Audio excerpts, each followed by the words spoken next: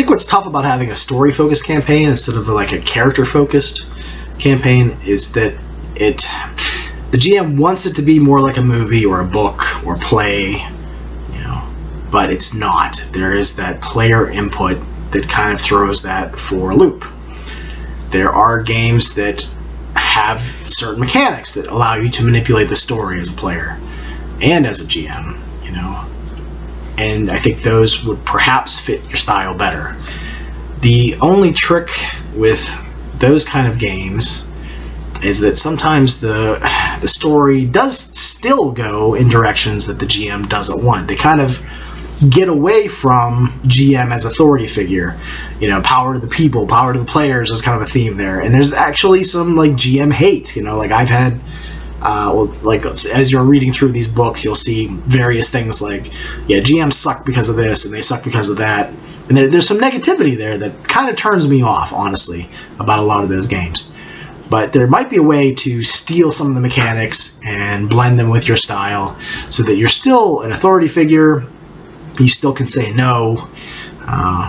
You can direct things, but you also, I kind of look at it as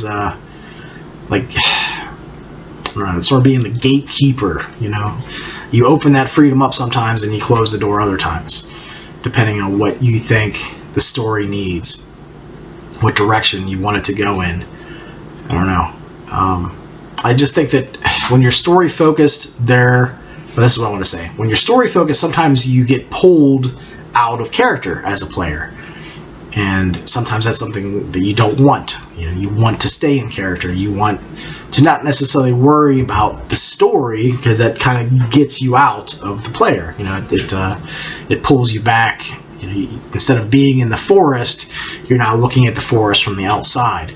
So as long as you have players that don't mind that, can jump out and jump back into character easily, then that's cool. I think for me, that is distracting, and there's times where I'm okay with it, and then there's other times where I kind of look at the system and fault it for that. Like, no, I don't want to, influence things with these points or slide the scale or whatever, flip a few cards or I don't know. There's times when I like the fate points as a character, as a player, because you can influence things, but I don't know. It's just a different way of doing things, different way of looking at it. I don't know. Alright, more notes. Eunice, I think at times you're probably too active of a GM, and the only reason I would know that is I've been told that myself. That when things slow down, you want to just throw stuff, like interesting stuff, like here's some stuff, and you back up the dump truck and just boop, boop, boop, boop. Here's more stuff, here's more crap to deal with. You want to have the setting feel alive, so you want there to be more things going on than the players can choose and deal with. Here are 4 things. Which thing are you going to pick to deal with right now? And the other 3 things you won't be able to deal with. And I think that has a sort of living setting feeling, but it also produces some anxiety in the players. They worry about, maybe I picked the wrong one, and that can be immersive. Maybe their characters are anxious, but there's just if there's too much going on, they're going to, I think, be less likely to bring out that character to character interaction and bring out all those background details. In the Wars campaign, for instance, I knew that I had a timeline. Even though we got 30 sessions in, my daughter was going to be born, and I knew when that happened that I was done. I couldn't run any more sessions. I was going to have 2 kids to take care of, and it's just going to be too much. So, during that campaign, I had one kid, and that wasn't the best at all the times. It was difficult to run a game and be changing diapers and hitting the mute button and so forth.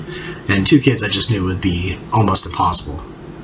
So I had that hard deadline, and there were things that I wanted to have happen. I had all these plot point ideas that I literally would just cross out whenever I used them in the campaign. And I think John was in that game, and Phil was in that game, and they felt like every session there was 4 or 5 things being thrown at them, and it's just too much, So I think at times as GMs we need to be sort of like a good artist versus artist that does too much.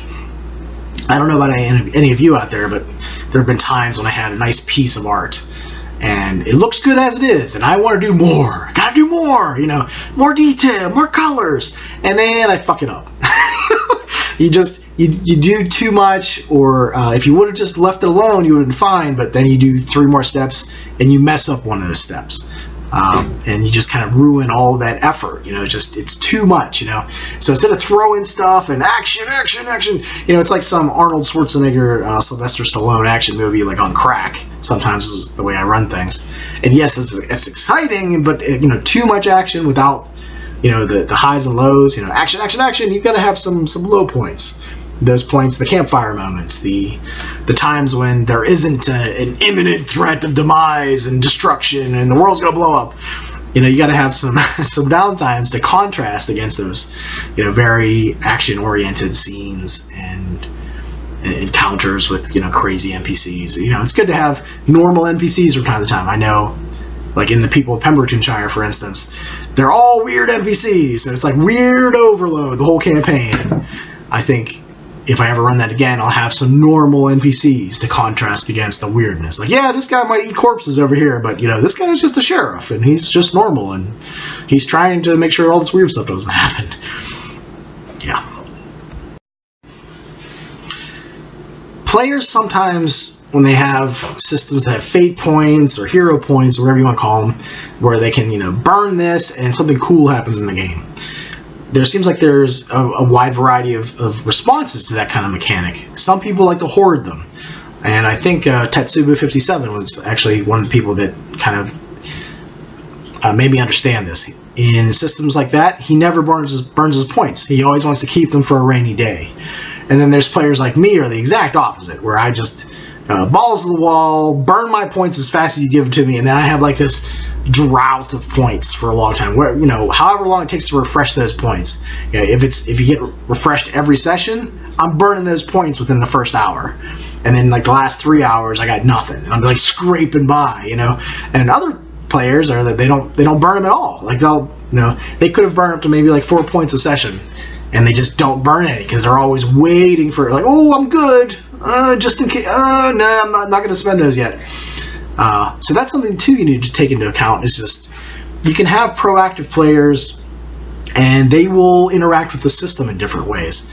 They won't, you know, do something sometimes that is beneficial for them because they're worried about some later big bad, or this is the little bad, you know, what about the medium bad? Let's worry about that guy. I'm not going to spend my points. I'm not going to spend my session ends, and, you know, they didn't spend any. So you need to take that into account. Another suggestion too is you talk about the sort of push and pull between character backgrounds and the story arc. If you tell the players, and this might be something that could help you, if you tell them what that story arc is vaguely, maybe that'll help. I don't know if I would want to do that, and it's sort of an idea just popped into my head, but if you tell them that first, like, this is the idea, like, let's say that you want to have a campaign where they're detectives and you want them to investigate, you know, this awful series of serial killer murders, and you want them all to die at the last session. Like, if you tell them that, they're going to have that in their head before they make their character backgrounds, and they might write their backgrounds differently knowing that. Knowing going in it's going to be a TPK at the end. I don't know if that's a great idea or not, though. It just popped in my head, so, you know, take it or leave it.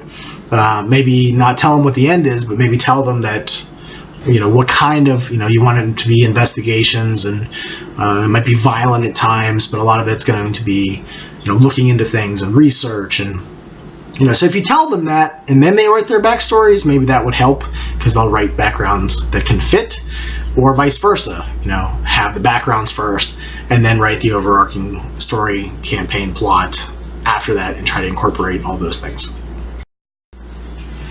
Samuel G. mentioned that players can get conditioned to do certain things, whether you want it that way or not. Sometimes I think a lot of this is subliminal. You don't even realize what you're doing, how you're conditioning your players.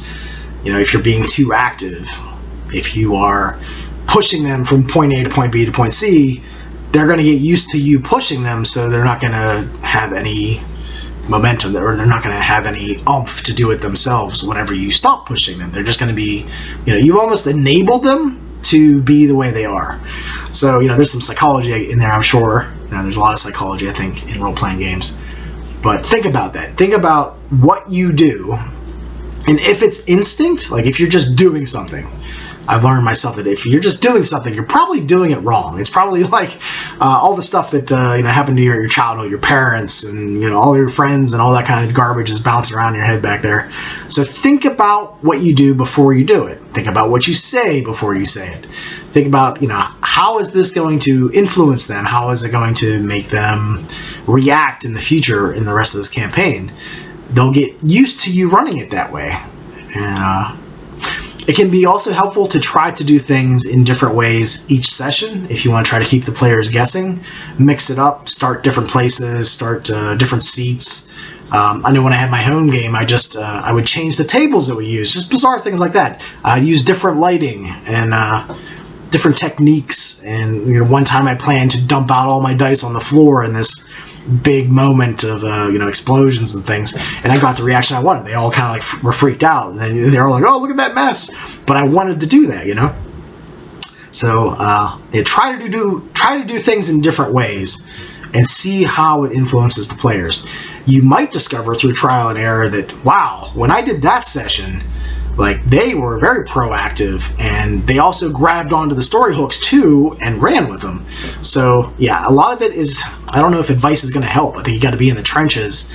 You got to try to run as many games as you can and learn from experience. And one final note, this video is kind of long, I think.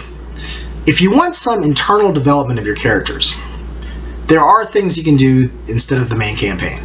My suggestion is to try to incorporate more dreams and nightmares and use those and sort of role play through those dreams, because if it's a character's dream, some of that background stuff could come out. If you are going to do a dream sequence with your characters, have that background in front of you, or think about it the night before you run that session. Tell the player, it's like, just be blatant about it.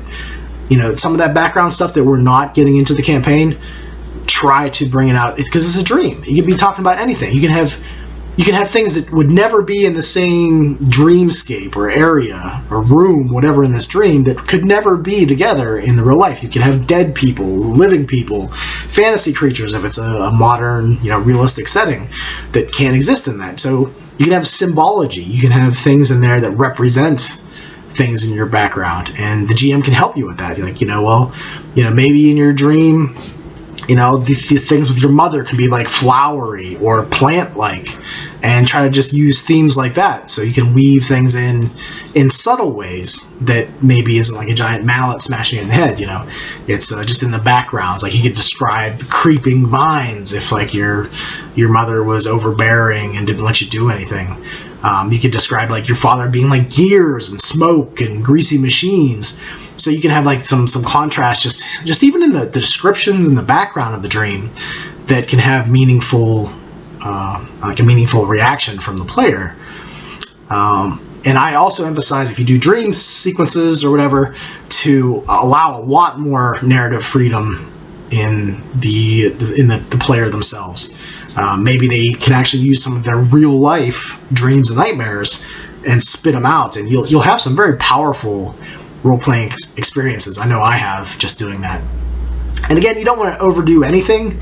I think sometimes I overdo the dream stuff and the nightmare stuff, but it can be, and it can definitely break up a campaign in different sections. Like, this is the stuff that happened before the first dream, and oh my goodness, did you remember the dream part we had? It was amazing. And other times I think, it'd be awesome to just run a campaign that was nothing but dreams and nightmares. So maybe I need to do that one of these days. So that's probably my last suggestion, to try to break things up with those different dream sequences and focus on different characters.